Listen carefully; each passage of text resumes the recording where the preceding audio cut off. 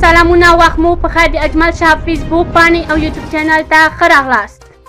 نن که هندوستان بریا ترلاسه کوي نو افغان لوبډلې ته یې هم ګټه رسیږي. نور جزئیات په همدې ویډیو کې وګورئ. یوټیوب چینل لایک او سبسکرایب کړئ. د آسیا جام سیالیو په لړ کې پروندې مهال ویش له مخې دمه وه چې نن یو ځل بیا دومه ښککې لوبډلې د یو بل پر وړاندې ولوبېږي.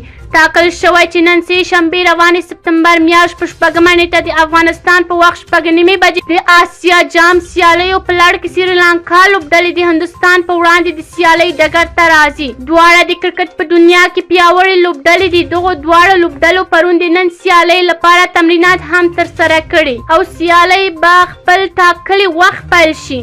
کچېرې په نننۍ سیالۍ کې هندوستان بریا ترلاسه کړي نو افغان لوبډلې څخه د لوبې په ګټلو پایلوبې ته لاره پیدا کولی شي. خو که سریلانکا نننۍ سیالۍ له هندوستان څخه ورګټله مستقیما پایلوبې ته لاره مومي. دا ځکه چې دوی په دغو سوپر 4 روند کې خپله لومړۍ سیالۍ له افغانستان څخه ګټلې ده. یو څه باید وویل شي، که چیرې نن هندوستان لوبه وګټي او سبا بیا افغان لوبډله پاکستان خلاف بریا ترلاسه کړي او په راتلونکو سیالیو کې بیا هم ته ماته ورکړي، نیغه په نیغه افغان لوبډله پایلوبې ته لاره پیدا کولی شي. نن د هندوستان په ګټه د افغان لوبډلې ګټه هم تړلې ده.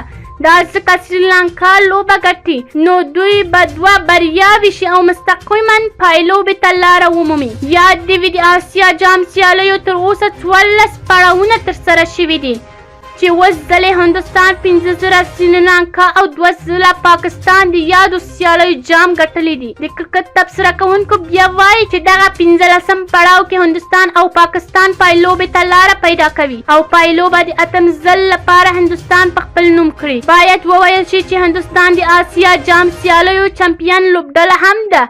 دا ځکه چې دوی په 2018 کال کې د دغو سیالیو د اتلولۍ جام له بنګلادیش لوبډلې څخه ګټلې وه. که چیرې زموږ یوټیوب چینل مو نوي لایک او سبسکرایب کړئ نو حتما یې لایک او سبسکرایب کړئ.